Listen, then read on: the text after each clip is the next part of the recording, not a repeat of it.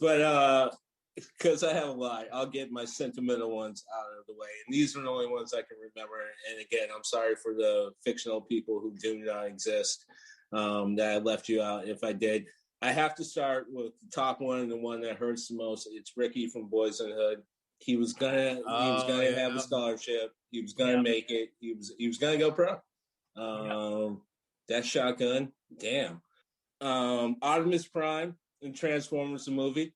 Was not prepared for that. I am here to see a damn Transformers movie, and you kill my man right in the beginning. Holy shit.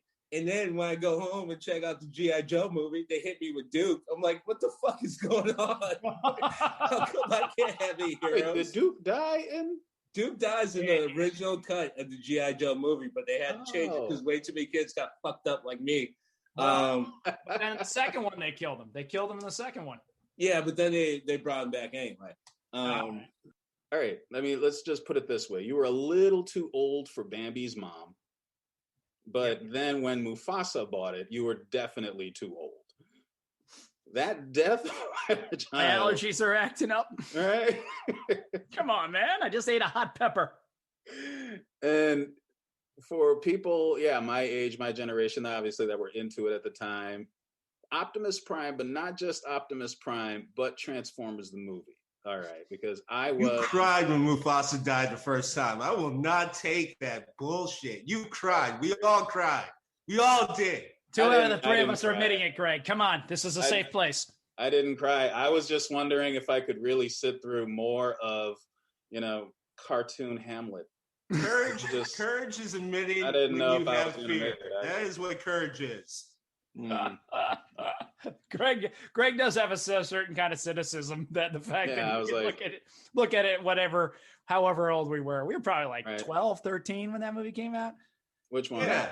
Lion King. James Earl Jones, man. Or maybe like 15 16. I'm trying to remember. Yeah, we were older teens. We're a little bit older teens. So but the fact that you're looking at it truthfully saying this is cartoon Hamlet. This is cartoon Hamlet. All right. So, but wait. Hamlet, so, cartoon Hamlet didn't do it for you, but Hasbro killing off one of their toys so they could make more toys was doing it for you. I just want to get absolutely this. For me, absolutely. Megatron was Stalin. Optimus Prime was Castro. For me, it was honestly that kind of Cold War embedded conflict in my mind, and it was obvious. I gotta stop because I gotta ask you this because this goes to a long personal question between you and I. So then was Jazz or Starscream Che Guevara? I'm just kind of like, who's Che in this little scenario? Because Che Guevara would actually be Shockwave. Man, I feel like it would actually be Shockwave, but my God. The good lieutenant that was further away than he should have been. I'm now demanding that you draw us a picture of Shockwave with the Che Guevara, goatee and the fucking and the beret. Like that's gotta, we gotta. Which is gonna be tough, but yeah. Oh my God. So keep going. But I'm looking forward to this movie. It's one of the few, movies that your parents are gonna take you to. Like it was a big deal then. And so I'm sitting down, I'm all ready to watch this movie I've been waiting so long for. And the first 12 minutes of the movie is just all of these beloved characters getting offed. Like just one after the other. They're just getting murdered. They used to get shot with a laser in the arm. A little smoke would come out, but they'd be fine. Now they're fucking dead. Every one of them are just dying. So I'm sitting there fucking horrified already. You feel me? Like it is hard watching all of my favorite characters just get murdered left and right. And then we finally get to the fight with Megatron and Optimus Prime. And again, I'm wondering what universe is this because actions matter this much. And now I'm actually worried about fucking Optimus Prime. PG-13 is a bitch. And so now it's like Optimus Prime, he moves his head, he says his last words, he just goes black, and I'm like, fuck you. The fuck just happened? You just murdered all of season 1 in the first 15, I think it's like the first 15 minutes of the movie.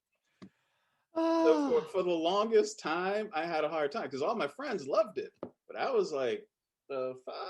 It was just like the first time I heard the story of Noah.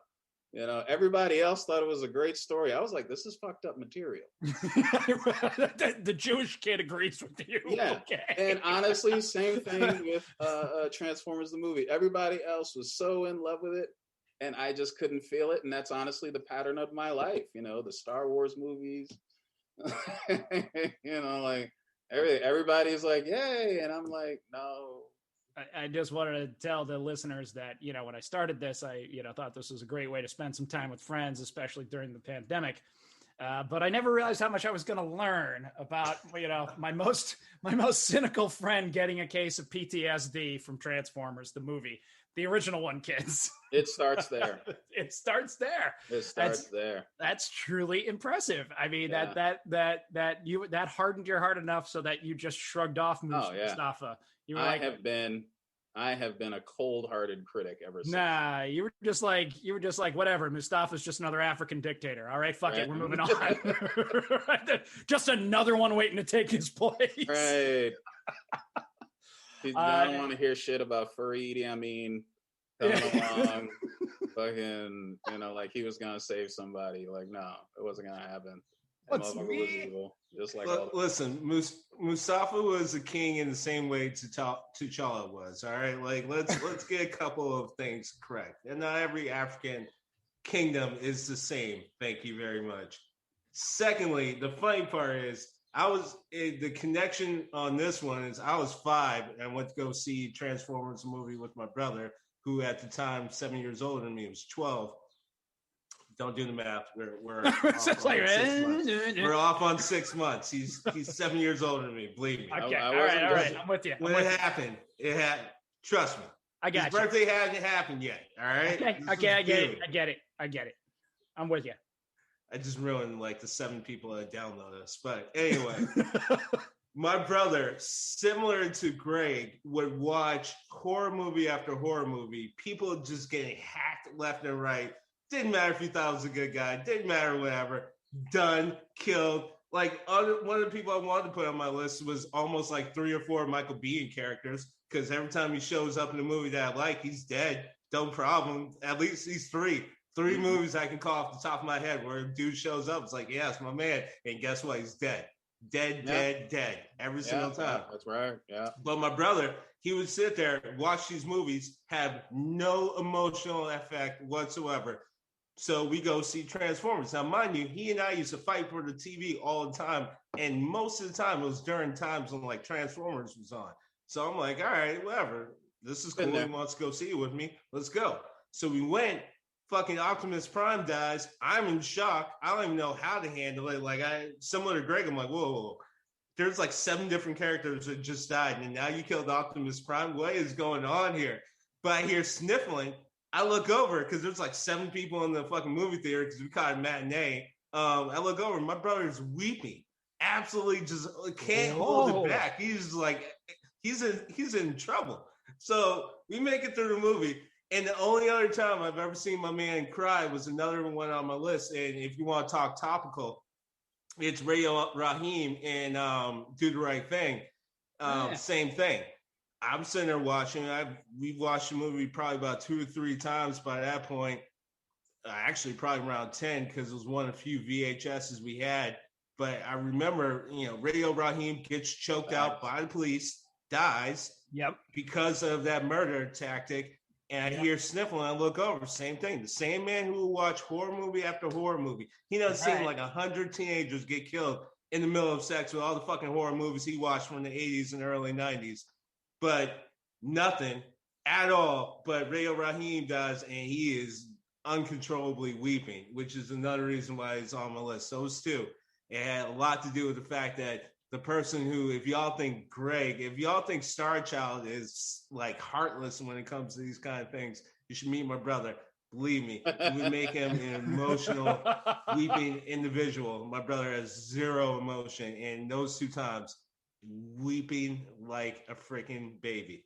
So Radio Raheem, though, I mean, that's on your list. I mean, Yeah. and it just, well, I mean, it makes a lot of sense. And it does, of course, like it's in pot right now. How can we be living in this time, this place? I'm not trying to get too specific with dates since we usually record a little ways out, but also, spoiler alert, they just sent a cop to jail who absolutely deserved to go to jail. By the time you hear this, thankfully, let's hope he stays there. But yeah, how could it not be? Yeah. How could it not be topical? How could it not be? Indeed. Because fuck that guy. Yeah. How could it not be topical? Right. Well, I'll hop in real fast on that. It's topical because here's the thing. When Do the Right Thing came out, Spike Lee wasn't saying anything new to a lot of different people. The problem was a lot of people continued to ignore him.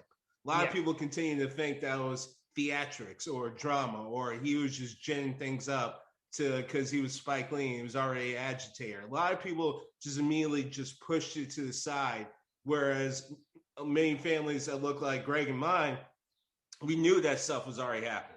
So when we saw that, it wasn't so much a shock value of, oh my God, the cops killed a black guy. That was already known. It was more like, damn, that's Radio Raheem. He was one of the awesome characters. Right. Yeah, I mean, I think when my family first, interestingly enough, we watched that as a family. Yeah, me too. There were like 10 of us in a room watching that movie because, everybody had heard about it. And it's one of the few movies I ever saw my father actually sit through. And you watch it. And Rosie Perez part is a little hard with your parents. Just what's up? Point that out. The Ice Cube and the Rosie Perez part, a little hard when your parents are in the room. No, my parents didn't care about that shit. No, I'm saying for me. For the kid, not for the parents. The parents are like, see that? That's how we made you. Caribbean parents. Yeah. No, the parents knew what they were looking at. Yeah. For me, I was kind of like, I would like to enjoy this on my own. Thank you. Kids are like, time. I don't want to think about that. It's awkward. It's definitely awkward. Yeah. But we watched it together as a family. And when it got to that part, it wasn't shock like, oh my God, I can't believe that happened. It was shock like, oh shit, they went there. Okay. Like that was real. Like that was honest.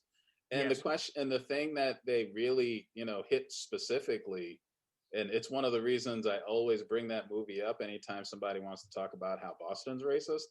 It's like when you couldn't run away from the fact that that was the real story, and he threw it in. It was magnificent. Yeah. Now, and it was well, on a slight aside, that and forgive me for even bringing it up, but it only is because Spike Lee spoke at my graduation at Emerson, so got to meet him, shake his hand. That was fun. I mean, I can only imagine him looking out over that crowd, and I even knew it then.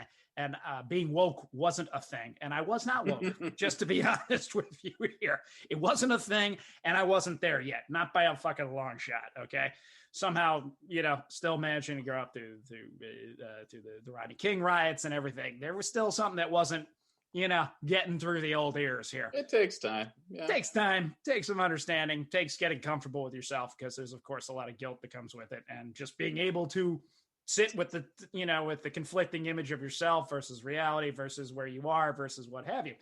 And he didn't talk about, he really kept it to the film industry, to be honest. Like his talk was on, I remember him talking about, young people coming up to him and asking him sort of what the secret to success was and the time it takes the stoplight to change.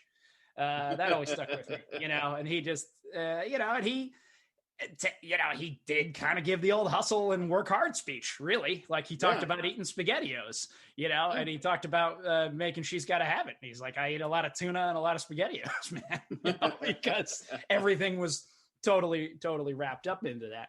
But definitely that movie was, was trying to educate white America without a doubt. And we didn't really do a very good job. I can say that's, I can say that knowing, and my father, who had immense issues with race, I remember him not taking the right message from that. Right. And it was like, there's still, and you see it now, still, I hope you see some people willing to start to look at that movie differently. Right. And to look at that scene differently, that there are at least some who are starting to say, well, maybe that's not just the outlier, you know, maybe this happens a lot more. And so it's an important, you know, as you say, that it's there to evoke that emotion, but it was really there